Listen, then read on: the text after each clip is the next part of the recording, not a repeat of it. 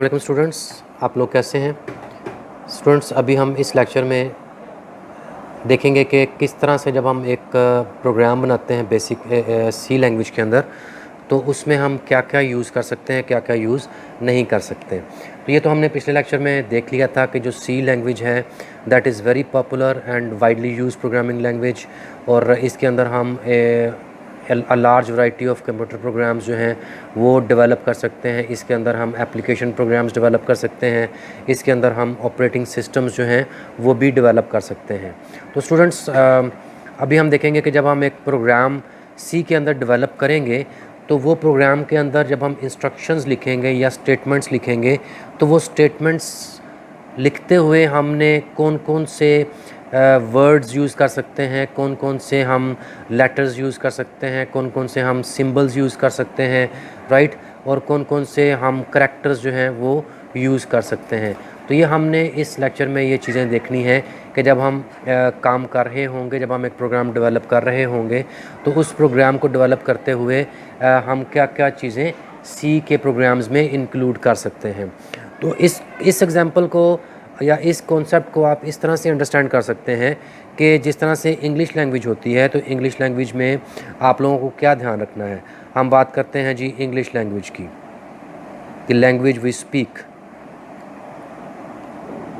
हम इसको जो आपकी हाई लेवल लैंग्वेज सी है उसको हम इंग्लिश लैंग्वेज के कॉन्टेक्स्ट में अंडरस्टैंड करेंगे कि हमने बेसिकली जब हम बात कर रहे हैं कि लैंग्वेज करैक्टर सेट क्या है, या इसके अंदर जो रिज़र्व वर्ड्स हमने यूज़ करने हैं वो क्या है, या हेडर फाइल्स क्या हैं, तो इसको हम इस कॉन्टेक्स्ट में अंडरस्टैंड करेंगे कि जब हम इंग्लिश लैंग्वेज की बात करते हैं तो इंग्लिश लैंग्वेज में हमारे पास वर्ड्स होते हैं, राइट।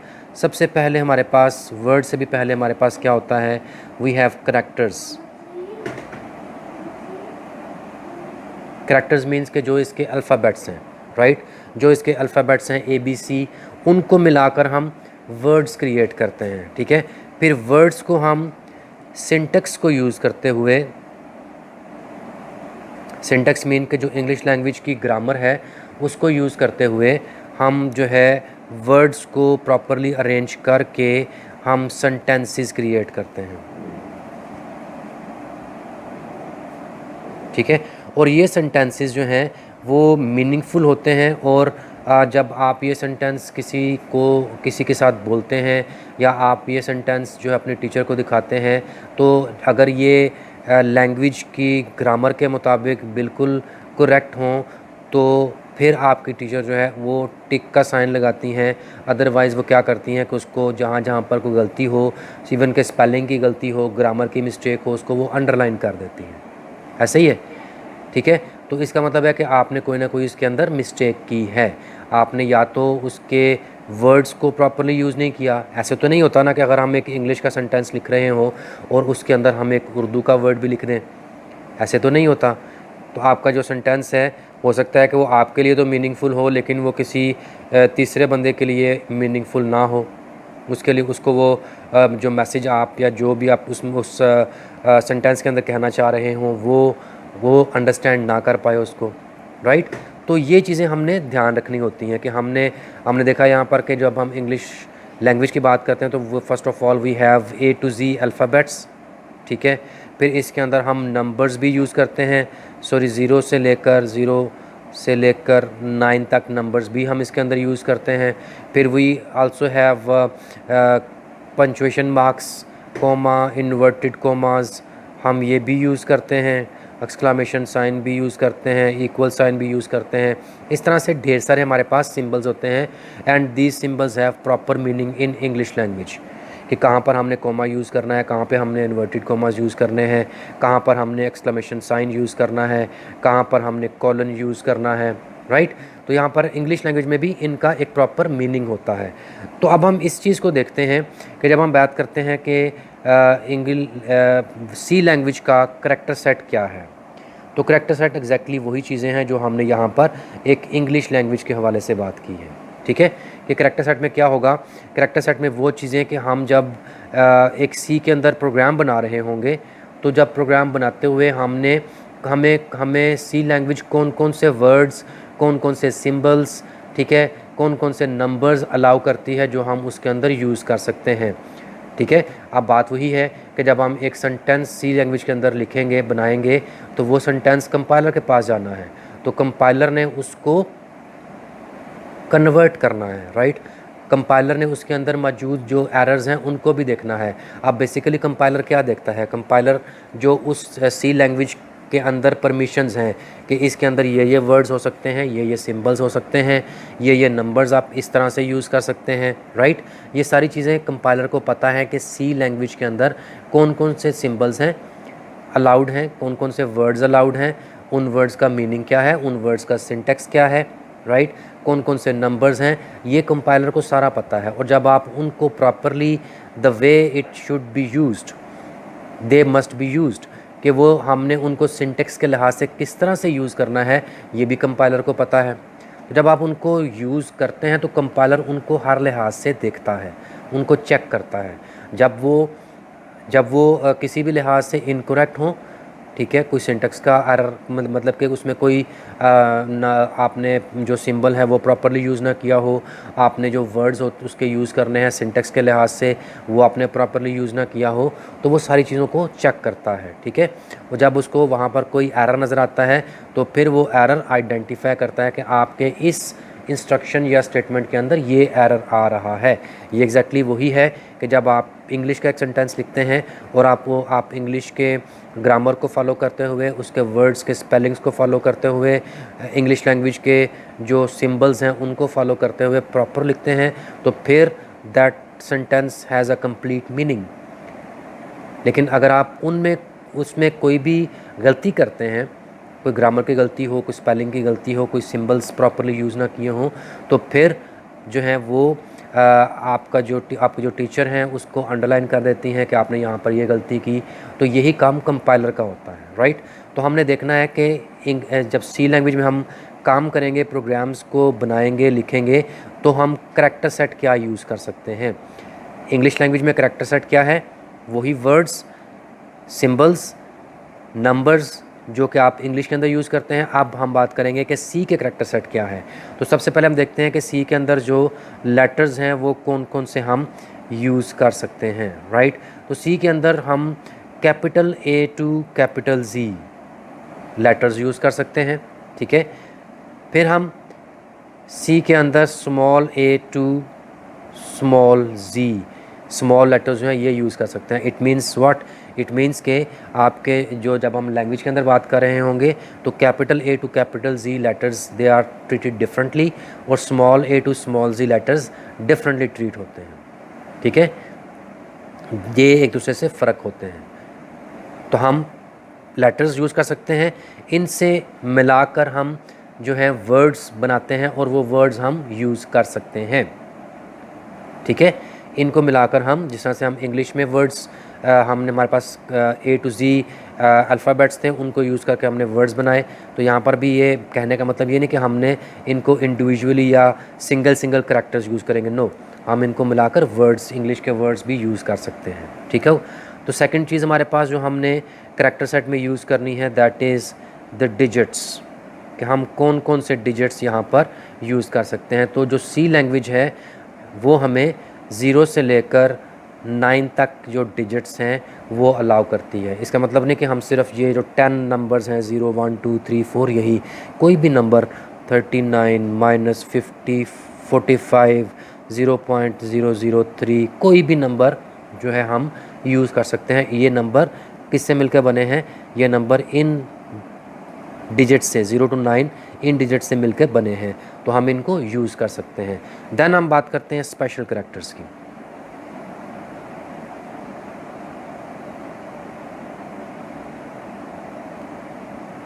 स्पेशल करैक्टर्स, सी के अंदर ढेर सारे स्पेशल करैक्टर्स हैं जिनका एक स्पेसिफिक मीनिंग है, राइट।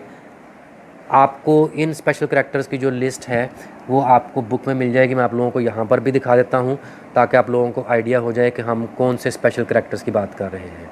तो जी, ये वाले जो आपके सामने टेबल गिवन है on page number 38 of your book, ये आपका एक टेबल है जिसके अंदर सी के अंदर यूज़ होने वाले सारे स्पेशल करैक्टर्स जो हैं उनकी लिस्ट गिवन है, राइट। लेकिन you have to keep one thing in mind कि ये जो स्पेशल करैक्टर्स हैं जब आप सी के अंदर यूज़ करेंगे तो हर एक स्पेशल करैक्टर का एक अलहदा से मीनिंग है, राइट। हर एक स्पेशल करैक्टर का अलहदा से एक मीनिंग है, आप उसको उसी कॉन्टेक्स्ट में यूज़ कर सकते हैं, आप उसको अपनी मर्ज़ी से जैसे मर्ज़ी यूज़ नहीं कर सकते। लाइक जब जिस तरह से मैं आपको एक एग्जांपल देता हूँ कि जब आप सी के अंदर एक स्टेटमेंट या एक इंस्ट्रक्शन लिखेंगे तो उसके एंड पर ये सेमीकोलन्स यूज़ होते हैं, राइट। इसका क्या मतलब है, this is called statement terminator. इसका मतलब है कि आपने जो स्टेटमेंट लिखी, लाइक हम कहते हैं सपोज वी से प्रिंट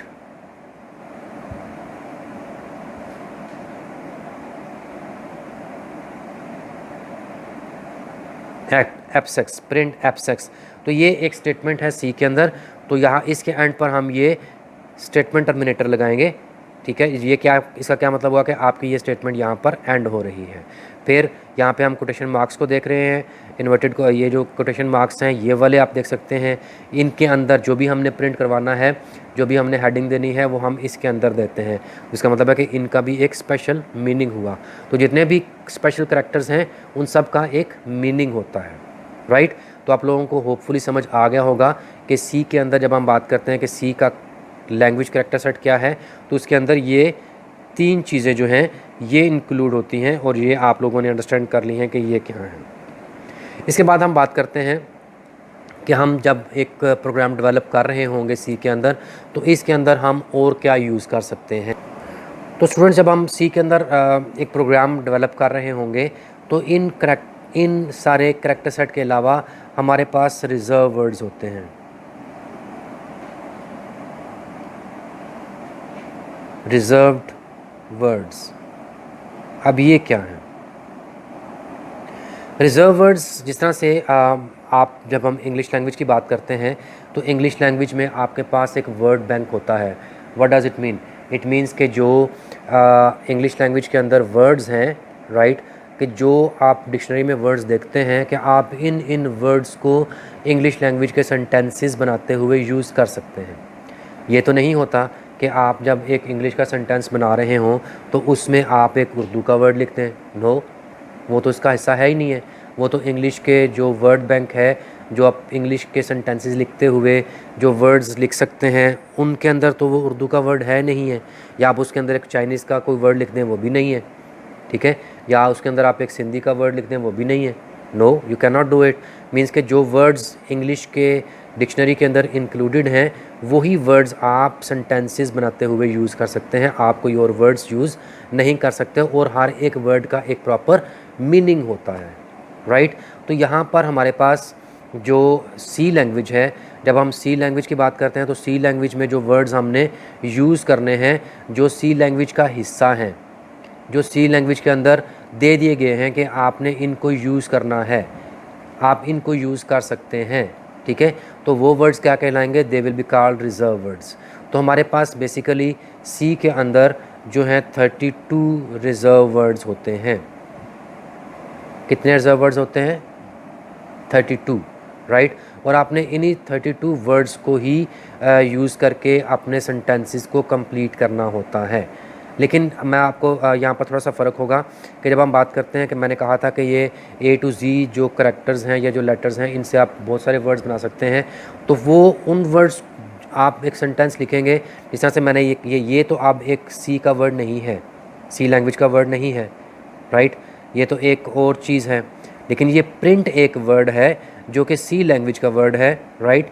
ये एक रिजर्व वर्ड है, राइट, और इसका एक स्पेसिफिक मीनिंग है। आप जो कुछ भी कोटेशन मार्क्स के अंदर लिखेंगे, वो आप जिस तरह से एक इंग्लिश का कोई भी सेंटेंस लिख सकते हैं, कोई भी वर्ड यूज़ कर सकते हैं, आप ये वो वाले वर्ड्स होंगे जो आप कोटेशन मार्क्स के अंदर लिखेंगे। वो कुछ भी हो सकते हैं इंग्लिश के, लेकिन ये वाले जो वर्ड्स हैं जिनका स्पेसिफिक मीनिंग है, इसका इस प्रिंट का वर्ड का क्या मतलब है कि जो आपने कोटेशन मार्क्स के अंदर लिखा है वो एज़ इट इज़ एक हेडिंग के तौर पर लिखा जाए। तो ये इसका एक स्पेसिफिक काम है, तो ये एक रिजर्व वर्ड है। इस तरह के 32 डिफरेंट रिजर्व वर्ड्स हैं। जब आप लोग सी पर प्रैक्टिकली काम करना शुरू करेंगे तो फिर आप लोगों को मालूम होगा कि हम कौन से रिजर्व वर्ड्स की बात कर रहे हैं, ठीक है। तो ये 32 रिजर्व वर्ड्स होते हैं जो कि सी के अंदर यूज़ होते हैं, राइट। तो इसी तरह से मैं आपकी बुक में वो टेबल गिवन है कि जो पेज नंबर 39 पर I am going to show you that table कि वो कौन से रिजर्व वर्ड्स हैं। तो स्टूडेंट्स ये जो आपके सामने अभी टेबल मैंने दिखा रहा हूँ, right, this is the table जो कि आपके रिजर्व वर्ड्स हैं सी के अंदर जो यूज़ होते हैं। यहाँ पे auto, double, init, struct, break, else, write, case, register, ये सारे रिजर्व वर्ड्स हैं। अब ये रिजर्व वर्ड्स जो हैं इनका एक स्पेसिफिक मीनिंग है सी के अंदर, जिस तरह से मैंने आपको दिखाया प्रिंट का एक स्पेसिफिक मीनिंग था, राइट। तो यहाँ पर इन सारे वर्ड्स का एक स्पेसिफिक मीनिंग है जिनको आप सी के अंदर यूज़ कर सकते हैं। और राइट, हमारा जो लास्ट इसका हिस्सा है इस लेक्चर का, दैट इज़ हेडर फाइल्स। अब हम देखते हैं कि हेडर फाइल्स क्या होती हैं।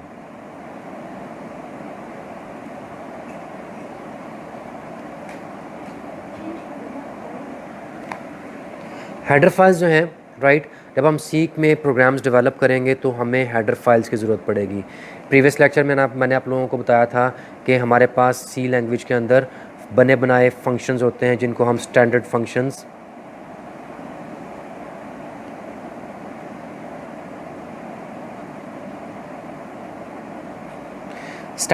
कहते हैं, राइट। ये बने बनाए फंक्शंस हैं which are there in C language, और ये सारे के सारे स्टैंडर्ड फंक्शंस कहाँ पर होते हैं? They are in library file. आप लोगों को ये नाम नया तो नहीं लग रहा होगा क्योंकि हमने ये प्रीवियस लेक्चर में यूज़ किया था। लाइब्रेरी फ़ाइल, जब मैंने आप लोगों को वो डायग्राम दिखाई थी कि जहाँ पर लिंकर होता है और लिंकर लाइब्रेरी फ़ाइल से आपके फंक्शंस को जो है वो उसको ऑब्जेक्ट कोड का हिस्सा बनाता है, ठीक है। थोड़ा सा वो भी आपका रिवाइज़ हो गया। तो जब हम हेडर फाइल्स की बात करते हैं तो ये फाइल्स बनी बनाई फाइल्स होती हैं सी लैंग्वेज के अंदर। जब हमने बात की यहाँ पर प्रिंट का एक फंक्शन है, ये एक स्टैंडर्ड फंक्शन है सी लैंग्वेज का, ठीक है। हमारे पास एक और है स्कैन एफ, ये भी एक स्टैंडर्ड फंक्शन है सी का। फिर हमारे पास गेट सी एच, ये भी एक स्टैंडर्ड फंक्शन है सी का, राइट। तो फंक्शंस के आगे इस तरह से ब्रैकेट्स बनी होती हैं। तो ये जो फंक्शंस हैं, राइट, ये they are standard functions and they are part of library file. Library file के अंदर हमारे पास हेडर फाइल्स होती हैं, राइट। ये जो हेडर फाइल्स हैं ये क्यों ज़रूरत होती हैं कि जब आप अपने प्रोग्राम के अंदर एक स्टैंडर्ड फंक्शन यूज़ कर रहे होंगे तो वो स्टैंडर्ड फंक्शन जो है वो किसी ना किसी हेडर फाइल की प्रेजेंस में काम करता है, राइट। किसी ना किसी हेडर फाइल की प्रेजेंस में काम करता है। अगर ये इस तरह से है कि आप अपने प्रोग्राम के अंदर आपने ये वाला फंक्शन यूज़ किया, लेकिन किस हेडर फाइल की प्रेजेंस में ये काम करता है आपने उसको सी लैंग्वेज के अंदर नहीं लिखा, राइट। सी लैंग्वेज के अंदर आपने उस हेडर फाइल का नाम नहीं लिखा तो फिर ये फंक्शन काम नहीं करेगा। You have to write the name of that header file. और हेडर फाइल्स जो हैं वो हमेशा जो सी लैंग्वेज है जो आप प्रोग्राम बना रहे होंगे उसके बिल्कुल स्टार्ट पर हेडर फाइल्स लिखी जाती हैं, राइट। तो सबसे पहले हेडर फाइल्स डिफ़ाइन की जाती हैं, उसके बाद फिर आप इन स्टैंडर्ड फंक्शंस को यूज़ करते हैं। तो यहाँ पर हमारे पास बने बनाए हेडर आपने जो बने बनाई हेडर फाइल्स हैं उनके अंदर ढेर सारे स्टैंडर्ड फंक्शंस हैं, हम उन फंक्शंस को यूज़ करते हैं। हमने अगर कोई चीज़ प्रिंट करवानी है, जिस तरह से ये प्रिंट करवाई है, हम ये हेडिंग प्रिंट करवा रहे हैं, तो इसके लिए हमारे पास ये स्टैंडर्ड फंक्शन है। अगर हमने यूज़र से कोई वैल्यू इनपुट करवानी है तो ये हमारे पास एक स्टैंडर्ड फंक्शन है। अगर हम चाहते हैं कि जब हमारी फ़ाइल एग्जीक्यूट हो तो सबसे पहले जो स्क्रीन है वो क्लियर हो, तो उसके लिए हमारे पास ये वाला एक स्टैंडर्ड फंक्शन है, राइट। हमारे पास मैथ्स के स्क्वायर रूट के लिए ये वाला स्टैंडर्ड फंक्शन है। हमने लॉग फाइंड आउट करना है तो ये हमारे पास एक स्टैंडर्ड फंक्शन है। अब आप लोगों ने ये सीख लिया कि जब भी आपने एक स्टैंडर्ड फंक्शन लिखना है या उसको यूज़ करना है तो उसके लिए आपको एक हेडर फाइल, अब वो स्टैंडर्ड फंक्शन एक हेडर फाइल की प्रेजेंस में काम करता है, राइट। तो आपने वो हेडर फाइल जो है वो लिखनी है, और header files are part of library file, ठीक है। तो लिंकर जो है वो क्या करता है, लिंकर आपने जो एक स्टैंडर्ड फंक्शन यूज़ किया होता है उसके कोड को वो हेडर फाइल से लाकर, मींस के लाइब्रेरी फाइल से लाकर आपकी ऑब्जेक्ट फाइल का हिस्सा बनाता है, तब जाकर आपका वो स्टैंडर्ड फंक्शन जो है वो काम करता है। तो it means simple and in shortcut मतलब ये है कि स्टैंडर्ड जो फंक्शंस हैं वो एक हेडर फाइल की प्रेजेंस में काम करते हैं और उस हेडर फाइल को हम हर एक जो सी लैंग्वेज का प्रोग्राम होगा उसके स्टार्ट पर लिख देते हैं, राइट। तो मैं आप लोगों को यहाँ पर बताता हूँ कि जिस तरह से अगर हमारे पास एक फंक्शन है, राइट, प्रिंट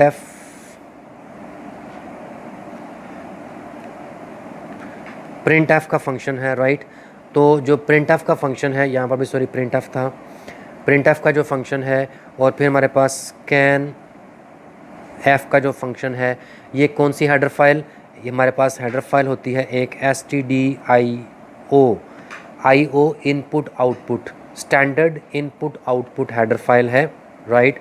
और हेडर फाइल का नाम, कंप्लीट नेम इस तरह से होता है stdio.h, क्योंकि ये जो फंक्शन है ये हमारा एक आउटपुट फंक्शन है और ये जो फंक्शन है ये हमारा एक इनपुट फंक्शन है। तो ये इनपुट आउटपुट फंक्शंस हैं और ये किसकी प्रेजेंस में, कौन सी हेडर फाइल की प्रेजेंस में काम करते हैं, ये standard input output dot H header file की प्रेजेंस में काम करते हैं। इस तरह से हमारे पास और फंक्शन है, लाइक हमारे पास CLRSCR एक फंक्शन है, फिर हमारे पास getch एक फंक्शन है, फिर हमारे पास getche एक फंक्शन है। तो ये जो फंक्शंस हैं ये कौन सी हेडर फाइल, conio.h, ये एक हेडर फाइल है। .h मीन्स के हेडर फाइल, ये एक हेडर फाइल है। अगर आपने इनमें से कोई स्टैंडर्ड फंक्शन यूज़ करना है, you have to write the name of this header file at the starting of your program. इसी तरह से अगर आपने को मैथ्स के जो हैं वो फंक्शंस यूज़ करने हैं, लाइक मैंने आप लोगों को बताया, अगर हमारे पास यहाँ पर है स्क्वायर रूट का एक फंक्शन है, आपने ये यूज़ करना है। आपके पास पावर का एक फंक्शन है, आपने ये यूज़ करना है। लॉग का फंक्शन है, साइन का फंक्शन है, राइट। आपके पास कॉस का फंक्शन है, फिर आपके पास टेंजेंट का फंक्शन है। अगर आपने ये यूज़ करने हैं तो इनको यूज़ करने के लिए आपको एक हेडर फाइल math.h, ये हेडर फाइल जो है आपको अपने प्रोग्राम के स्टार्ट पर लिखनी ज़रूरी होगी। अगर आप अपने प्रोग्राम के अंदर ये वाले फंक्शंस यूज़ कर रहे हैं, राइट, तो आपको ये हेडर फाइल जो है वो डिफ़ाइन करनी ज़रूरी है। और मैंने आप लोगों को बताया कि आप जितनी भी हेडर फाइल्स होती हैं ये आप लोग अपने प्रोग्राम के बिल्कुल स्टार्ट पर डिफ़ाइन करते हैं। हमारा नेक्स्ट लेक्चर जो है वो इसी के मुतालिक होगा कि जब आप एक सी प्रोग्राम लिखना शुरू करेंगे तो आपने कौन सी चीज़ कहाँ पर डिफ़ाइन करनी है, राइट, कौन सी चीज़ कहाँ पर डिफ़ाइन करनी है। तो मैं बार बार आपको बता रहा हूँ कि आप ये हेडर फाइल्स बिल्कुल स्टार्ट पर डिफ़ाइन करते हैं। तो हमारा नेक्स्ट लेक्चर इसी के बारे में है।